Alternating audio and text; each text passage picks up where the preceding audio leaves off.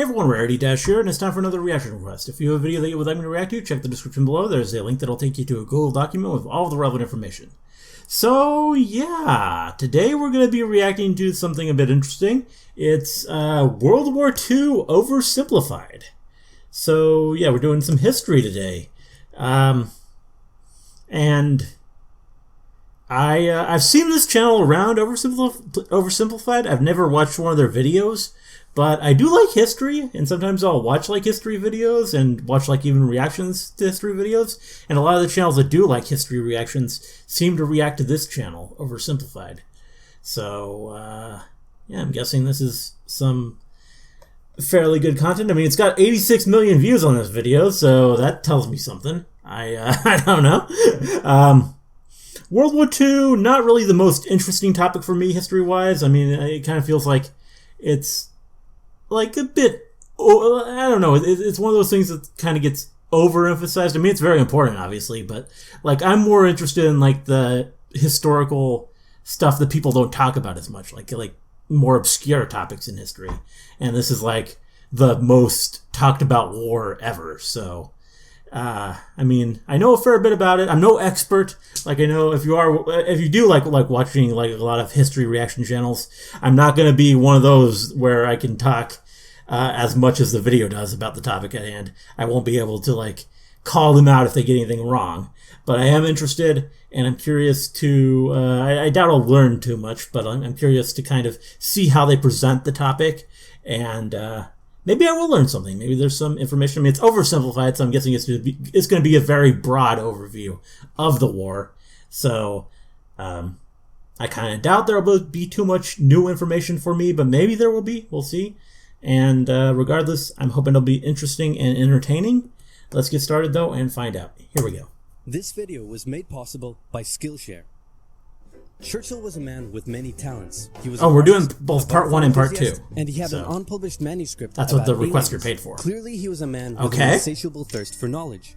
Maybe he loaded up his computer and logged on to Churchill and Aliens, an online learning community with more than 19,000 classes in design, business, technology. Learning something from that. Perhaps he was considering a side career in fashion, but didn't know where to start. On Skillshare, he would find courses in fashion design and garment construction.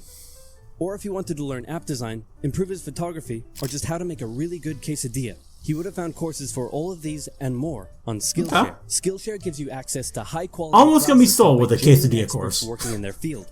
I work heavily with animation, and I was genuinely blown away by the number of really useful courses available to me.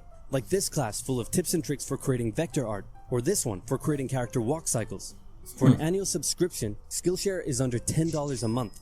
And if you'd like to try it out first, then I've got a deal just for Oversimplified viewers. The first 1,000 people to use this link, which can be found in the description, will get their first 2 months of Skillshare for just 99 cents. Be sure to try it out using the link in the description and learn something new today. Now, without further ado. Alright. It's 1902. A young man by the name of Benito Mussolini moves from Italy to Switzerland. I guess we got to give the background, so we're starting pre-World War I. Socialism, working for trade unions, writing for socialist newspapers, advocating a violent overthrow of European monarchies, the whole shebang. This gets him in a bit of trouble with the Swiss police, so he gets arrested, sent back to Italy, set free, returns to Switzerland, is arrested again, goes back to Italy again, completes his military service after previously avoiding it, and then after a brief stint as an elementary school teacher, he finally returns to work as an Did not know that! His speeches and journalistic abilities made him famous among Italian socialists. Mussolini was a colonized Libya in 1910. a teacher and got arrested. Then World War I came along, and once again he protested Italy's involvement. But then he thought, wait a minute, this war could bring about the social climate needed to overthrow European monarchies and bring about the socialist revolution everywhere. And suddenly he was pro-war. But his fellow socialists didn't like his new pro-war stance, so they kicked him out of the party. So then he said, you know what? I'm done with socialism. We need something new, not based on class divisions tearing us apart, but based on unity through nationality. We'll conquer the Mediterranean and reunite all Italian peoples just like the days of the Roman Empire. I'll call it fascismo, and it will guide the Italian nation to greatness. That's all well and good, Mr. Mussolini, but what kind of haircut am I giving you? Let's go with bold. Oh. Yeah.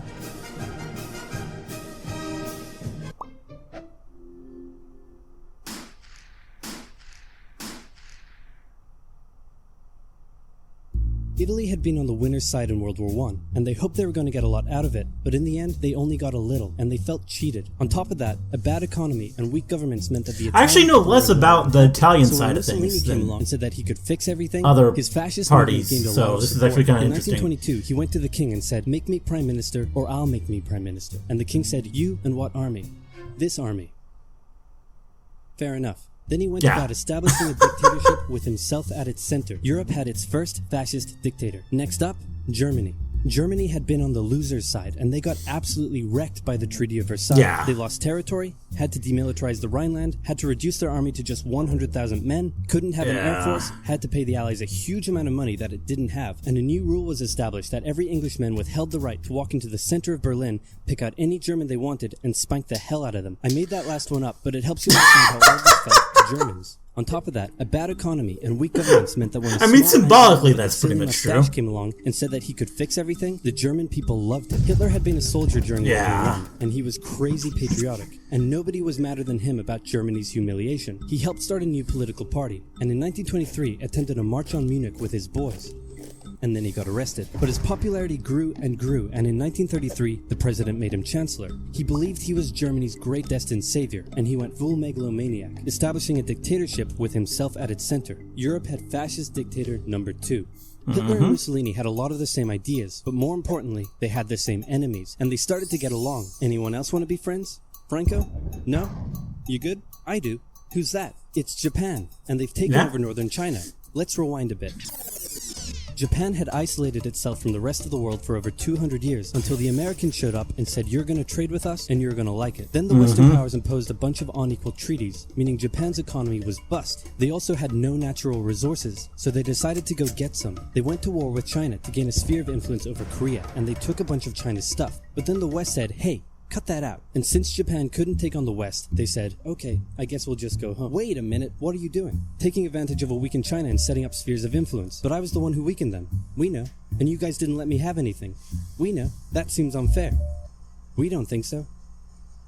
Okay, see ya. So Japan thought this and went to war with Russia and stunned everyone by actually winning. Then they fully annexed Korea, but they didn't stop there. In World War I, they took Germany's colonies and islands in Asia. And then in an incident that was maybe staged by the Japanese army, a bomb blew up a Japanese train in Manchuria, giving them an excuse to launch an invasion and take over. So here's the situation. Nazi Germany, Fascist Italy, and Japan all believe they're racially superior, all feel hostility towards the Allies, and all want to militarize and take over more stuff. And so they did. Let's start with Germany. Hitler hated the Treaty of Versailles, and now he was ready to begin undoing it. In complete violation of the treaty, the first Luftwaffe squadrons were set up, conscription was introduced, and he pimped up his army. The Allies did nothing. Then Hitler sent his army back into the demilitarized Rhineland, giving orders to immediately retreat if the Allies showed up. The Allies did nothing. With his military re-strengthened, he could now move on to step 2. He wanted to rapidly increase the Aryan population, and to do so, he needed Lebensraum, or in other words, he would have to take over the world. But for now, a good portion of Europe was as you do. Eyeing up his neighbors. The Allies finally started to get worried, so they implemented a fairly useless diplomatic strategy called appeasement, and it went a little something like this. Hitler would say, "I want that thing," and the Allies would say, "You can't have that thing." "Okay, you can have that thing, but no more."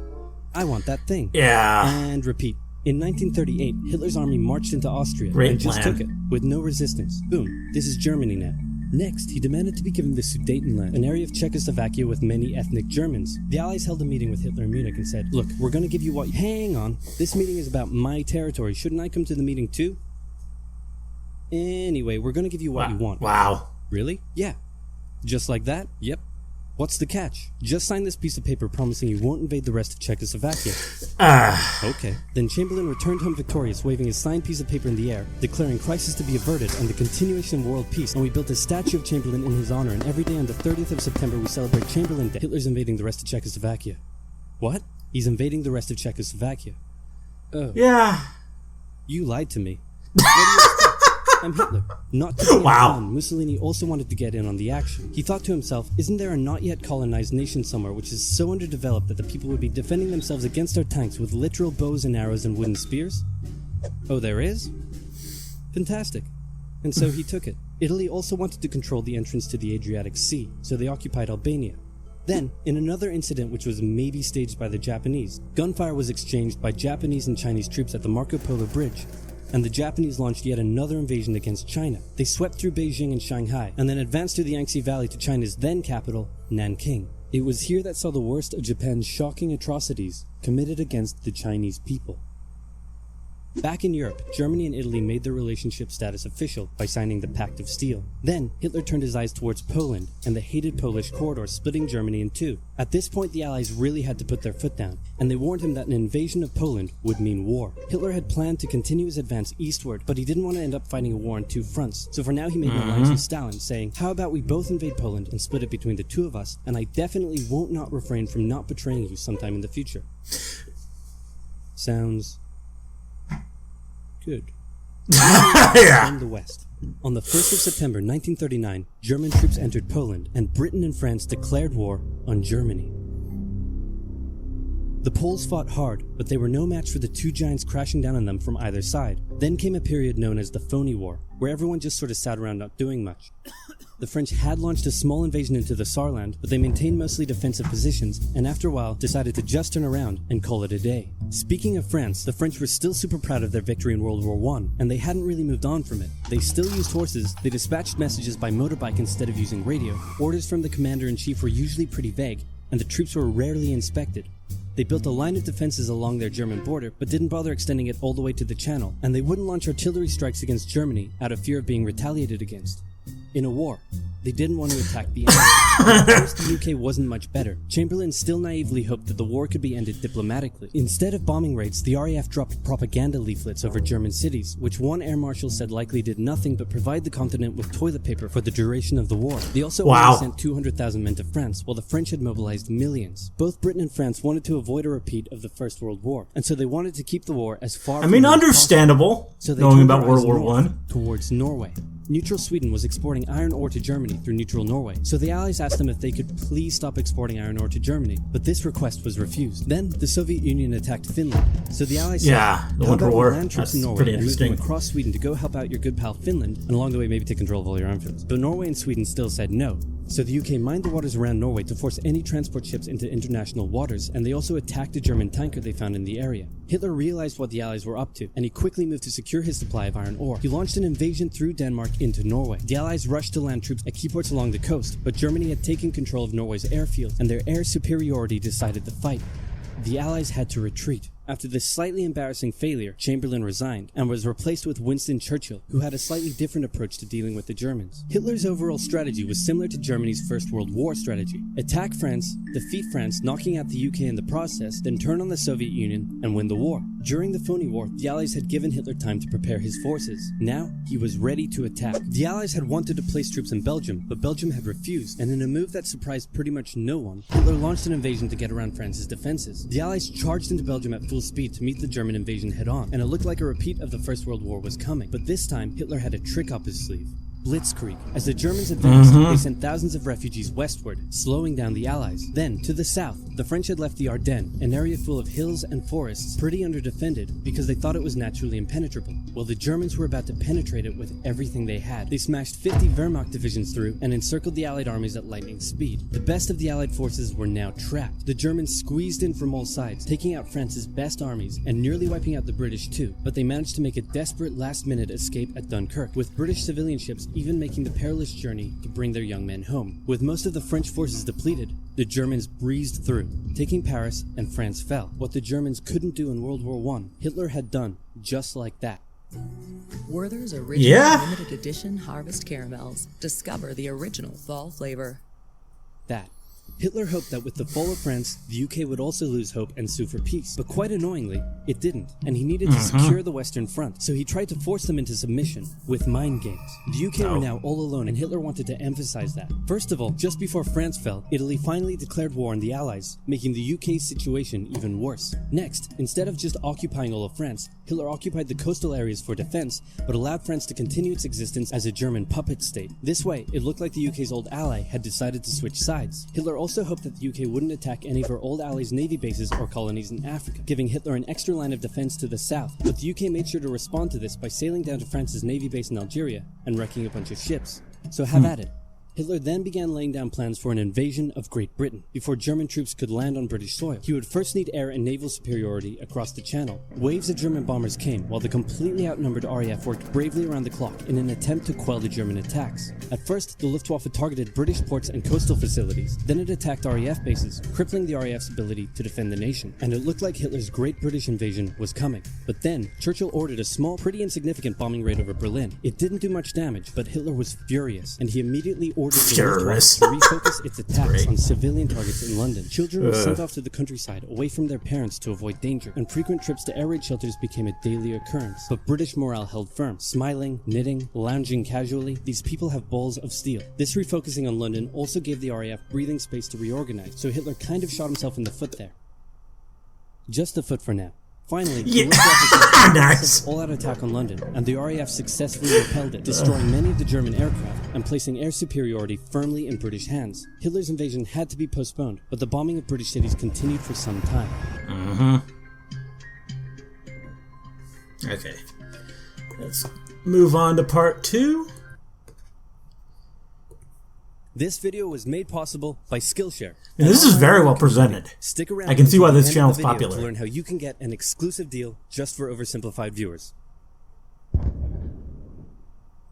So what else is happening? Well, when I said Britain was all alone, that wasn't entirely true. Many Commonwealth nations and other allied colonies had joined the war in Britain's support. They would play a key role throughout the war, particularly kind of still Britain, Italian but campaigns. On the Axis side, Germany, Italy, and Japan signed the defensive tripartite pact, bringing their military alliance even closer together. The Soviet Union's war against Finland should have been an easy victory, but it became a humiliating struggle, and their military ineptitude was put on full display. In the end, they did force the Finns to sue for peace. Then, they continued their honorable campaign of pushing around much smaller countries by annexing the Baltic states and part of northern Romania. France's colonies in equatorial Africa were like, heck no, we aren't going to join the Germans, and they all pledged their allegiance to free France, except for Gabon, which had to be taken by military force. The Allies also tried to capture the strategic port of Dakar, but that ended in failure.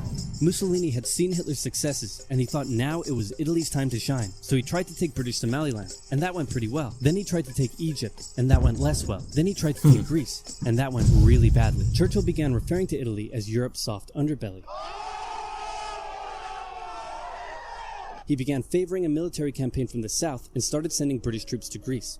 All of this had Hitler pretty concerned, and he moved to protect his southern flank. He had been getting friendly with Hungary and twisted their arm into signing the Tripartite Pact and joining the Axis powers. Romania was also eager to join for protection against the Soviet Union. The Tripartite Pact was designed to prevent any other countries from deciding to join the Allies, specifically Britain's old ally, the pesky United States of America. When war first broke out, American public opinion was strongly against joining in. In 1940, there was an election. The Republican candidate said, "I will not send any young Americans to die in Europe," and sitting President Franklin D. Roosevelt said, "I will also not send any young Americans to die in Europe.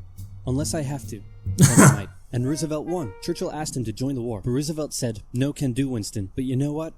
Here, have some weapons." America began supplying that's kind of the American way. But there was one problem. German U-boats were sinking thousands of Allied supply ships in the Atlantic, including American ones. If the Germans could sever Britain's supply line, the UK would starve. Throughout the war, the Allies had to come up with better technology to fight the U-boats. Improved radar, aircraft with longer range, better weaponry and convoy tactics. At one point, a man even called a meeting and said, "Pikecrete, you take some wood, you take some ice, you put them together, you get pikecrete." And then he pulled out a gun and shot some wood and it shattered. And then he shot some pikecrete and the bullet ricocheted off it and hit someone else in the conference room. Huh. Then they tried to make a Pikecrete aircraft carrier, but that idea was scrapped, because that's a really dumb idea. In the end, Alan Turing and his team of codebreakers cracked Germany's Enigma code, and the U-boats gradually became less and less of a threat. Back in Africa, Britain decided to push Italy out of Egypt. Hey, that was pretty easy, so they kept going. Hitler realized he was going to have to finally step in and do something. He went to Bulgaria and Yugoslavia and said, "Hey, I'm going to move troops through you to get to Greece, so either join us, or, be invaded." Bulgaria opted to join them. Yugoslavia opted to be invaded. Then Greece finally fell to the joint German-Italian invasion. The British had moved troops from North Africa to fight in Greece, which helped Rommel and his tank divisions push the British back to Egypt, and they could have kept going, but a small, mostly Australian force held out under siege for 8 months in Tobruk, denying the Germans a strategic port city and disrupting their supply line. Despite having some success in the Middle East, the British didn't seem like any real threat for now. Hey, Soviet Union, look out! With 3 million troops, Hitler launched the largest ground invasion in history. And this is where Both Churchill and Roosevelt had The warned tide of an turns. impending attack, but he dug his head in the sand and the Soviets didn't stand a chance. Germany made staggering progress, with huge encircling movements capturing mind-boggling numbers of Russian troops. 250,000 at Bialystok, Minsk, 300,000 at Smolensk. For now it's going well, but 700,000 at Kiev, you just and made a new enemy. And Bryansk. Leningrad was put under a siege that would last an insufferable 4 years. The invasion of Russia had been Hitler's main ideological goal from the beginning, and his hatred for the ethnic peoples there was now unleashed in all its fury. The Eastern Front of the Second World War was brutal for all that endured it. The Germans were now inside of Moscow, and that's it. It's all over. But then it happened. It got cold. And that's what Hitler happens. had hoped the Soviets would give up before winter, but they kept fighting. His commanders came to him and said, "Can we please dig in for the winter and wait until spring?" "No, keep going." "But oil is literally freezing inside our vehicles." "That's fine, keep going." "We're having to leave the corpses of our frozen horses by the side of the road so we can still find our way in the snowdrift." "Perfectly normal, keep going." Hitler hadn't given his millions of men winter clothing and supplies because he thought he really should have won by now. Then, Stalin called in troops from the Siberian front, specially trained to fight in the extreme cold, and the Germans were no match. They were now being pushed back. They had no choice but to dig in and wait for winter to end. Germany's victories were staggering, and Japan was eager not to miss the victory bus. Their war in China had come to a standstill, but they wanted to keep expanding their sphere of influence and getting those sweet, sweet raw materials. They began making plans to expand southward, but there was a problem. Southeast Asia was heavily colonized by America and Great Britain. It was also full of ocean. Ocean meant naval combat, and there was no way the Japanese Navy could stand up to the US and the UK. So they thought, wouldn't it be nice if we could destroy their navies before we begin our conquest?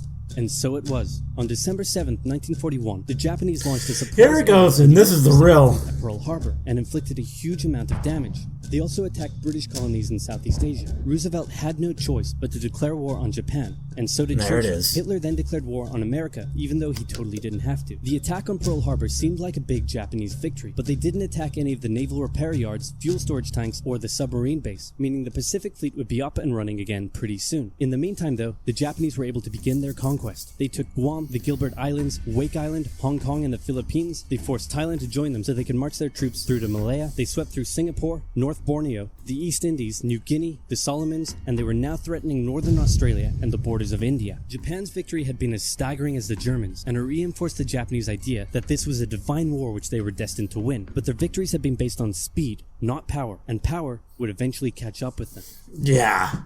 For now, though, in all occupied nations, the people suffered. Persecution, forced labor, harsh punishments for any who spoke out against their occupiers. In Europe, the Nazis were rounding up ethnic minorities and other unwanted groups and individuals. In particular, millions of Jewish people would suffer through the terrible events of the Holocaust. Brave resistance movements rose up in defiance of their invaders, while the people held out for hope. And hope was coming. Winter was over, and Hitler could continue his push eastward. But this time, he switched up his strategy. He wanted to focus on the south. His plan was to cut off the Russian armies in the Caucasus, an area full of oil, and then invade the Caucasus and take all the oil. His forces moved across the north with ease, and Hitler got cocky. He rerouted the 4th Panzer Army south early, leaving the 6th Army to complete the encircling movement alone. To do so, the 6th Army had to reach and take the key Soviet city of Stalingrad. The Russians defended it fiercely, and Stalingrad saw some of the harshest fighting of the entire war. The Soviets held up the German advance for 5 months as they battled in the war-torn city, which bought them valuable time. When the Germans had first launched their invasion a year earlier, the Soviets had moved their factories to the east. Those factories had been building a butt-ton of tanks and aircraft, and getting the Soviet army up to scratch. Now, it was ready. Stalin gathered his new and improved forces around the city, and in an attack that resembled Hitler's own encirclement tactics, they began surrounding the 6th Army. Hitler's commanders came to him and said, "Hey, maybe we should retreat." But Hitler said, no, Hitler's not about retreating there. The entire 6th Army was trapped and had to surrender. With complete air superiority, the Soviets started pushing westward. For Stalin, it was a resounding victory. For Hitler, an absolute catastrophe. Things also weren't looking too good for Hitler elsewhere. With America now in the war, Allied bombing over German cities reached devastating levels. In Africa, the British had pushed Rommel back again, then they were pushed back again, and finally, after a decisive battle at El Alamein, and with American and British troops arriving in the west, the Germans and Italians were squeezed out of Africa. Japan was also already seeing its rapid success being turned around. They attempted to take the island of Midway, but the US Navy was ready for the attack, and they sank Japan's carrier. Actually, they sank a lot of them. It was a battle from which the Japanese Navy would never recover. British, Indian, and Chinese troops held the line in the harsh jungle terrain of Burma, and the Japanese suffered losses in the Solomon Islands and New Guinea. They began to realize they were not invincible. With the Axis out of Africa, the Allies had to decide their next move. Churchill still wanted to attack from the south, while the Americans preferred a full sea invasion in northern France. Alright, said the Americans, we'll do it your way. Allied forces successfully landed in Sicily and began moving north. They also carried out bombing raids over Rome. The thing was, many of the people in Sicily had relatives living in America, and they greeted the American troops quite warmly. With the war reaching home territory, most Italians just weren't that into it, and Mussolini was suddenly very unpopular. He was voted out by his own fascist Grand Council and was toppled from power. Italy immediately began negotiations for surrender. Hitler wasn't surprised and had already sent reinforcements southward. In an operation he ironically called Operation Axis, German troops quickly disarmed Italian troops in the north. The Allies continued fighting the Germans up through Italy, but then winter set in, meaning mud, and everything slowed to a halt. Alright, said the Americans, let's do it our way as well. Germany had made itself a lot of enemies, and millions of Allied troops had been gathering in England as factories worked around the clock producing the war material needed for a super crazy massive the likes of which the world has never seen before invasion of Europe. The Germans knew an Allied invasion would come, but they didn't know where it would land. Thanks to Allied deception tactics, they thought there was a pretty good chance it would come at Calais, but the Allies were really going to land in Normandy because it was less fortified and the beaches were nicer. Under the careful planning of General Dwight D. Eisenhower, the invasion that had been long in the making was just about ready to go. Just one thing was preventing the launch: the British weather. For a short while, everyone sat around waiting for a decent day, and then it came. On the night of June 5th, over 1,000 bombers took off and raided coastline defenses, while paratroopers were dropped inland in a bit of a chaotic operation, tasked with sabotaging defenses and capturing key bridges to stop any German reinforcements from reaching the beaches. Early the next morning, the barrage came, as Allied ships fired a huge number of shells at the German fortifications, and then the landings. The Americans at Utah and Omaha, the British at Golden Sword, and the Canadians at Juneau. It was a tremendous struggle with a great loss of life, particularly at Omaha, but the Allied troops captured the beaches and the landings were a success. Then they began their movements inland. They took the port of Cherbourg and the city of Caen. The Americans moved south to capture Brittany. Then, in a massive disaster for the Germans, British and Canadian troops from the north and Americans from the south trapped the German 7th Army in a near wipeout encircling movement. In August, Allied troops landed in the south of France to little resistance. On one beach, all they found was a Frenchman handing out champagne. Paris was liberated, and the Germans were pushed out of France as the Allies entered Belgium. In the Far East, the Allies started to push the Japanese out of Burma, as the Americans launched a two-pronged offensive in the Pacific. In the south, General MacArthur led the push to liberate the Philippines, while General Nimitz oversaw the brutal island-hopping campaign. American forces had to make hard-fought landing after hard-fought landing on fiercely defended small islands as they moved steadily towards the Japanese mainland. The Japanese believed that the greatest thing a person could do was to die in battle, and the most dishonorable act was to surrender. As a result, they fought ferociously to the very end, and the closer the Americans got to the mainland, the more ferocious the resistance became. In February 1945, the Americans captured the island of Iwo Jima, and an intense firebombing campaign of Japan's wooden cities began. The Allies suffered some setbacks trying to liberate the Netherlands, but they were making progress and were now threatening the industrial heartland of Germany. Hitler's health, both mentally and physically, was rapidly deteriorating. Things were looking bad, and he was desperate. He said, "We need to turn this thing around, and I have just the trick.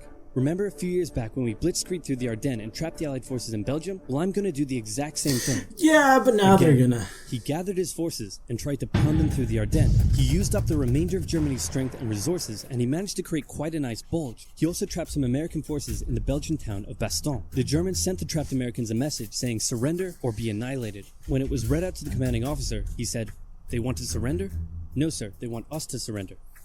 Nuts! And that's what they sent off as their official reply. General Patton's Third Army then managed to break the siege from the southwest, and the Germans were pushed back. Hitler's last-ditch attempt had failed, and what followed was a total collapse of the German forces. The Allies pushed into Germany from both sides. The Soviet Union took Warsaw and kept pushing to Berlin. In his bunker, Hitler realized all hope was lost. Berlin Hitler's dreams of a great German empire. Two of the Axis nations Nicely done. out. One to go. The Americans began their assault on Okinawa, the last island before they would reach the Japanese mainland. The desperate Japanese fought hard, launching kamikaze attacks on the US ships. The citizens of Okinawa suffered through the terrible fighting, but in 2 months, the island was captured. The Allies now had to make a choice. Either continue the devastating struggle up the Japanese mainland, or they could try to coerce the Japanese into surrendering now. In July, the first successful atomic bomb test took place in New Mexico, and the destructive weapon was ready for use. America and the UK were also seeing the Soviet Union not so much liberating as occupying its captured territories, and so they wanted to put on a show of force. On August 6th, the A-bomb fell on Hiroshima. Then, on the 9th, Nagasaki. The cities were reduced to rubble, and for the people living there, it was a terrible fate. But for the Allies, it achieved their main aim.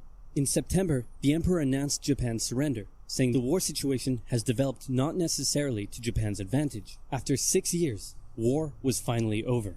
The Allies occupied Japan for 8 years. The Emperor was allowed to keep his position, but General MacArthur made sure this picture was printed in the Japanese press to display to the Japanese people that their Emperor was not the divine, powerful being they had believed. Germany was divided between America, the UK, France, and the Soviet Union. In 1949, the Allied sectors were united into West Germany. The Second World War had been more terrible and destructive than the first. In its aftermath, two major superpowers with two very different ideologies had come out victorious, and the tension between the two of them would create a new kind of war. Yeah, Cold War. A very, very cold one. Yeah. Wow, Churchill, that looks just like me. And your app is doing really well. Oh, and that's this bad. quesadilla you made is to die for. How'd you learn to do all this stuff? I like the continuity for that. For just 99 cents. Wow, tell me more. Okay. Skillshare is an online learning community with more than 19,000 classes in design, business, technology, and more. Premium membership gives you unlimited access to high-quality classes taught by genuine experts working in their field, so you can improve your skills, unlock new opportunities, and do the work you love. If you want to learn how to create games, you can check out their courses on using Unity or creating vector art. There are courses for software development, music production, arts and crafts, or if you want to learn how to animate like I do, you can find loads of courses for beginning animation. And Skillshare won't take a heavy toll on your wallet compared to other learning platforms, with an annual subscription being under $10 a month. If you'd like to give it a try, it honestly sounds kind of cool. Just for Oversimplified viewers, the first 1,000 people to use this link, which can also be found in the description, will get their first 2 months of Skillshare for just 99 cents. That's right, just 1 cent short of $1. So be sure to sign up using the link in the description, improve your skills, and learn something new today. All right, well there we go. Yeah, that was very well presented, very entertaining. I think this guy, he does a good job of keeping it fun, keeping it interesting, and at the same time presenting like the basic overview of everything that happened, and easy to follow along, and not too bogged down in detail, but yeah, still gives you a very good, very concise idea of the actual war itself, and yeah, I think very, very good videos. I can see why this channel is so popular, and why this video has so many views. Just really good stuff. Don't think I learned too much exactly. I mean, there were a few things, a few little details that seemed new to me, but yeah, just generally, I think it was just a very entertaining, fun video. Anyway, hope you guys enjoyed the reaction. Let me know if you did, and see you in the next one.